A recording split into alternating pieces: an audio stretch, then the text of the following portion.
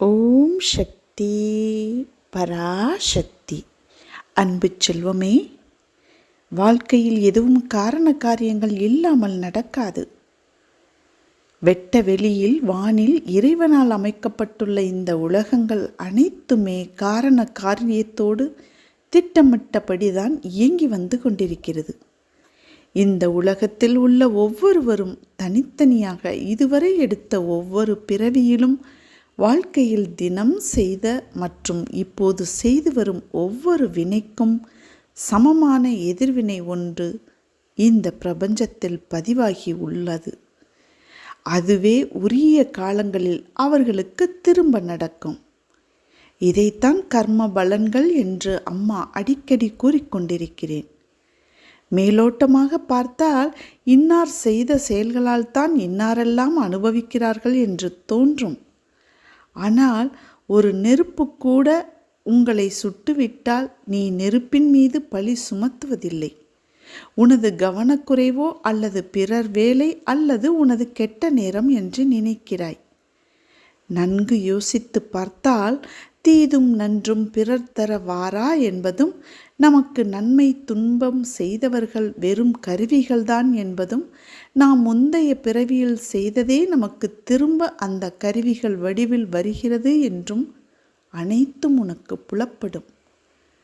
தெளிவாக சொல்ல வேண்டுமென்றால், நீ செய்த வினைகளுக்கான பலன்களை நீ அனுபவிக்கிறாய். அது உன்னால் தோன்றலாம், உன் அருகில் இருப்பவர்களால் ஏற்படலாம். அவர்கள் மீது பழி சுமத்துவது வீண் வேலை. அவர்கள் ஒரு கருவிகள்தான். நீ செய்ய வேண்டிய அனுபவிக்க வேண்டிய இந்த பலன்களை அவர்கள் மூலம் இறைவன் நிகழ்த்துகிறார்.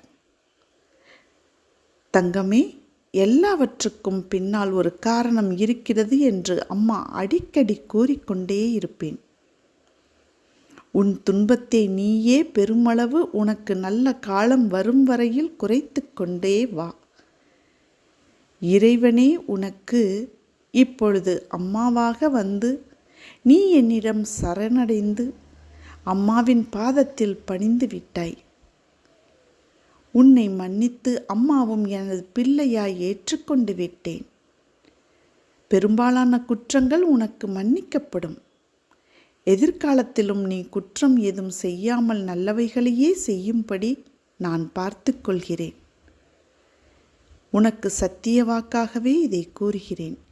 இனி உன் வாழ்க்கையில் நடக்கும் அனைத்துக்கும் பொறுப்பு நான் ஏற்றுக்கொள்கிறேன்.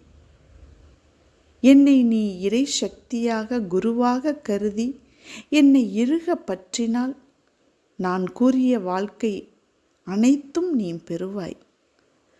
பொறுமையாக இருக்க வைத்து எனது நாமத்தை ஜெபிக்க வைத்து எதையும் நீ அனுபவிப்பது முழுவதும் தெரியாமல் கஷ்டமில்லாமல் உன் கர்ம பலன்களை கடந்து வர அம்மா என் அருளை உனக்கு வழங்குவேன். தலைக்கு வந்தது தலைப்பாகையோடு போயிற்று என்றபடி மட்டும் உன்னை அனுபவிக்க வைப்பேன்.